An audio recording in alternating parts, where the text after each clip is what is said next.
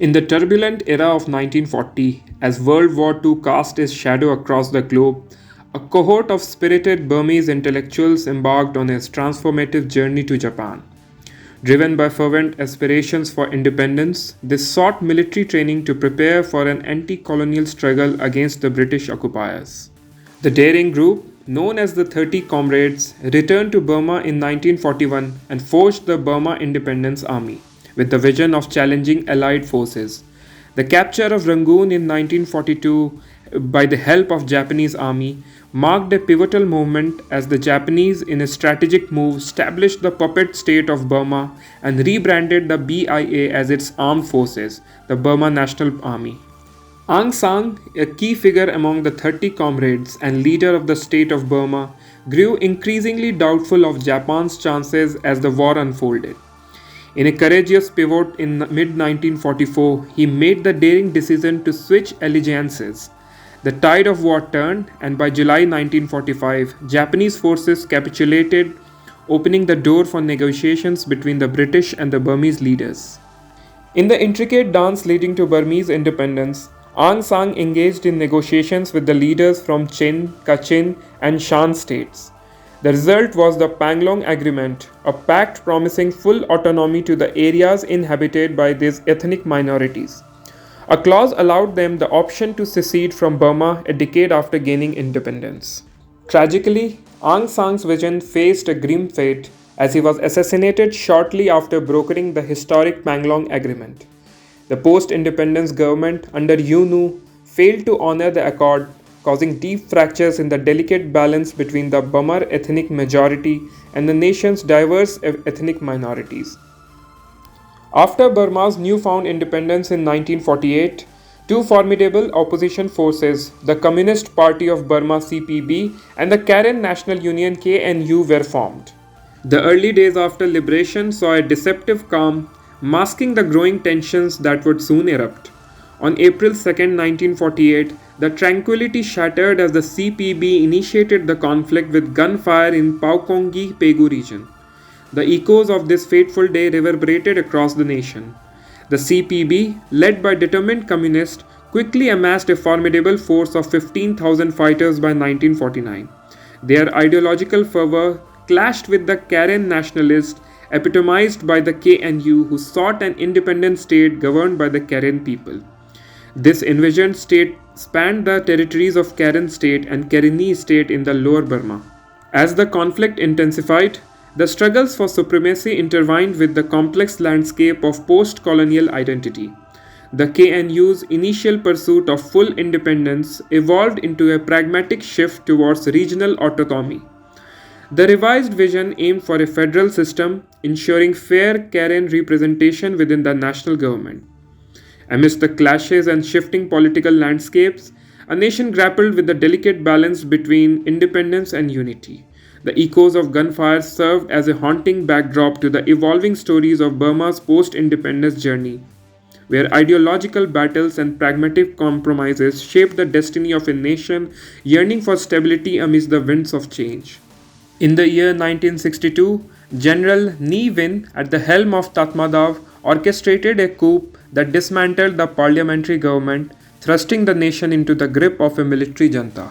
After he gained power, accusations of human rights abuses and the arbitrary detention of political leaders painted a grim portrait of the new regime. As dissent simmered, ethnic minority groups, disillusioned by the government's reluctance to embrace federalism, coalesced into formidable rebel fractions.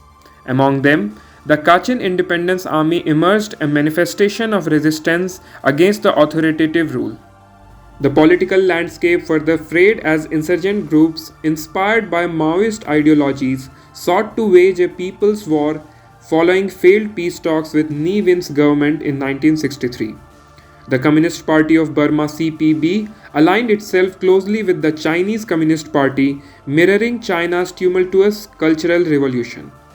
Yet this mimicry only fueled anti-Chinese sentiments, culminating in the violent anti-Chinese riots of 1967, leaving a trail of destruction and strained relations. Ne Win attempted peace negotiations in 1972, but the refusal to adopt a federal multi party system proved to be an insurmountable obstacle.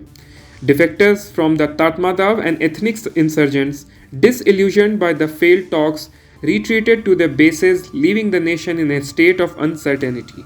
The establishment of the Burmese Socialist Program Party (BSPP) in 1974 under Ne Win's rule further solidified Myanmar's descent into isolation and underdevelopment. A 26-year dictatorship marked by confiscated property and a one-party system ensued, casting Myanmar as a hermit kingdom on the global stage. In the tumultuous aftermath of 8888 uprising, Myanmar found itself at a crossroad of change and resistance. The echoes of discontent that began in Rangoon reverberated across the nation, challenging the iron grip of Ne Win's regime. As the student led demonstration gained momentum, the people's collective voice demanded an end to the totalitarian rule. The pressure mounted, compelling the Burma Socialist Program Party (BSPP) government to reluctantly embrace a multi party system. Hope flickered, but the winds of change were about to face a harsh reversal. On a fateful day, 18 September 1988, the military orchestrated a coup, extinguishing the nascent flames of democracy. The birth of the State Law and Order Restoration Council (SLORC) marked a darker chapter in Myanmar's history. The streets that once echoed with chants for freedom now witnessed a violent crackdown on dissent, silencing the protests by 21 September 1988. Conflicting accounts of the human toll emerged. Official figures claimed around 350 lives, while opposition groups insisted on thousands lost. The reality, as reported by The Economist, painted a grimmer picture with over 3,000 casualties. Yet, amid the chaos, a resilient spirit endured. Aung San Suu Kyi, thrust into the spotlight during the 8888 uprising, emerged as a symbol of Myanmar's unwavering pro-democracy movement. Leading the National League for Democracy (NLD), she became a beacon of hope in a nation plunged into darkness. In 1990, the military junta attempted to placate international pressure by organizing a general election. The results, however, were not in their favor. The NLD, led by Aung San Suu Kyi, secured a resounding supermajority, a testament to people's fervent desire for change. But the junta, unprepared for the outcome, clung to power and refused to acknowledge the results. After the controversial annulment of the 1990 election results, a military junta seized control, marking the genesis of an era fraught with conflict. The State Law and Order Restoration Council (SLORC) yielded to the State Peace and Development Council (SPDC) in 1997, a shift in power consolidating 11 senior military officers. Throughout the 90s, the Tatmadaw, Myanmar's military, waged a relentless campaign against ethnic insurgent groups, dismantling their bases and fortifications. In the year 2006, the Karen National Union (KNU) faced a formidable foe as the Tatmadaw initiated a large-scale offensive against its arm wing, the Karen National Liberation Army (KNLA). The ensuing clashes displaced hundreds of thousands in Karen state, with an estimated 500,000 people affected by the conflict and government-forced relocations. The year 2007 witnessed a different form of resistance. Hundreds of thousands of monks rallied against the military junta during the Saffron Revolution, advocating for free elections, minority rights, and the release of political prisoners. The catalyst was the government's removal of price subsidies for compressed natural gases. In 2009, the Tatmadaw's assault on Kokang led to the Myanmar National Democratic Alliance Army losing control, triggering the flight of 30,000 refugees to China's Yunnan province.